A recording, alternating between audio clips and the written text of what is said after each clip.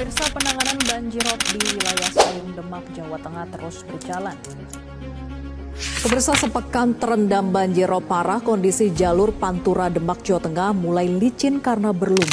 Halo teman-teman, perkenalkan nama saya Ilma Fitrotun, NIM 095, kelas 4C dari Universitas Widya Kudus.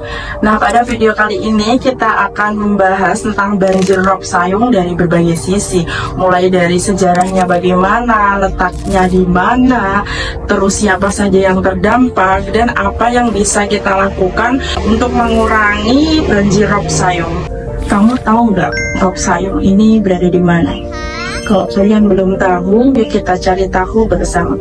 Rob Sayung ini terletak di Kecamatan Sayung, Kabupaten Demak, yang lebih tepatnya berada di pesisir utara Laut Jawa. Letaknya yang rendah dan dekat dengan laut membuat daerah ini itu rentan dengan banjir rob. Apalagi saat air laut pasang dan juga curah hujan yang tinggi. Dulu, Sayung kaya akan sumber daya alamnya. Warga di sana kebanyakan bekerja sebagai nelayan dan juga petani tambak. Mereka memanfaatkan laut dan juga lahan tambak untuk mencukupi kehidupannya sehari-hari. Namun, dalam beberapa tahun terakhir, keadaan mulai berubah. Dengan adanya fenomena rob, yaitu naiknya air laut ke daratan yang terjadi dalam tahun ke tahun itu semakin parah. Terjadinya rob yang merendam rumah dan sekolah membuat aktivitas warga menjadi terganggu. Banyak warga yang kehilangan pekerjaannya dan juga siswa kesulitan untuk pergi ke sekolah karena jalanan tergenang banjir rob.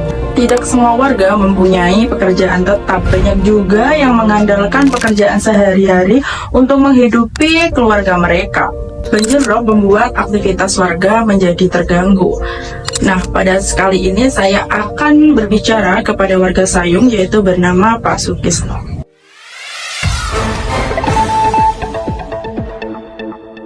Nah, kali ini saya akan mewawancarai salah satu warga Sayung, yaitu yang bernama siapa? Nama saya Pak Sukisno. Nah, kali ini saya akan bertanya tentang Pak Sukis, apakah banjir rob itu mempengaruhi pekerjaan Bapak? Oh, jelas Mbak, jelas mempengaruhi karena saya itu ya kerja serabutan, diantaranya tambak itu tidak menentu, kadang banjir, kadang tidak bisa menuai hasil ikan itu dan sebagainya. Ya, yang kedua yaitu bagaimana kondisi bantuan dan perhatian dari pemerintah Kabupaten Demak sendiri. Oh, dari bantuan pemerintah itu ada, jelas ada, tetapi terkadang tidak bisa ada namanya pemerataan, terkadang yang butuh sekali itu tidak dapat. Ya, ya. Terkadang. Yang ketiga yaitu apa perubahan paling besar yang terjadi akibat rob? Ya, perubahan yang paling besar keinginan dari warga sini itu kayak mau pindah atau gimana itu karena sudah lama sekali belum bisa terasa dari pemerintah. Terus apa solusi jangka panjang yang Pak Sukis inginkan?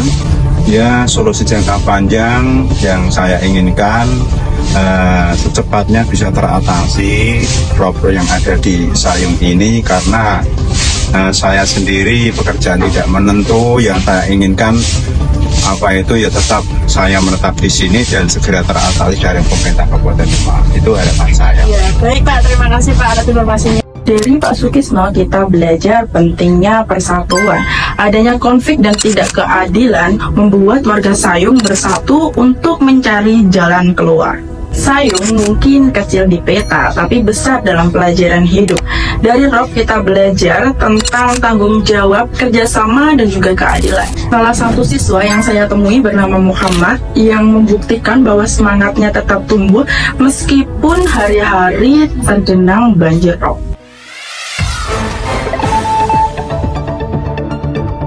Nah, pada kali ini saya akan mewawancarai salah satu siswa warga Sayung, yaitu dengan nama siapa? Muhammad Burhanuddin. Kelas berapa? Kelas 6 SD. Boleh saya mewawancarinya sebentar? Boleh. Nah, yang pertama yaitu apa yang Adik Muhammad rasakan ketika sekolahnya itu terkena banjir rob? Tidak, sepatunya basah, celananya basah, baju basah, terus bisa-bisa tasnya juga basah. Iya. Terus ketika sekolah itu diliburkan, kamu tetap belajar atau tidak ya? Dia tetap belajar. Belajarnya berarti belajar di rumah gitu kan? Terus yang ketiga yaitu apa cita-cita adik Muhammad ini? Pembalap. Cita-citanya yaitu pembalap. Nah, yang terakhir yaitu apa pesan untuk teman-teman lainnya yang tidak terkena banjir rob?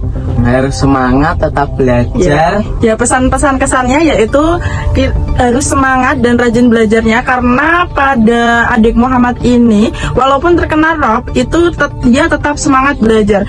Nah, kalian kalau yang tidak terkena rob, kalian harus rajin ke sekolah ya, dan semangat untuk belajar. Mendengar cerita Muhammad, kita jadi sadar bahwa anak-anak Desa Sayung itu mempunyai semangat yang besar untuk sekolah dan menggapai cita-citanya. Anak-anak sering menjadi korban yang suaranya tidak terdengar. Sekolah mereka terendam rob, tetapi semangat mereka untuk belajar tidak pernah padam. Yuk jadi generasi yang bukan hanya tahu, tetapi juga peduli, kritis, dan juga mau bertindak, mulai dari diri kita sendiri, yaitu menjaga lingkungan sekitar dan tidak membuang sampah sembarangan, dan juga menanam mangrove di tepi pantai untuk mencegah abrasi.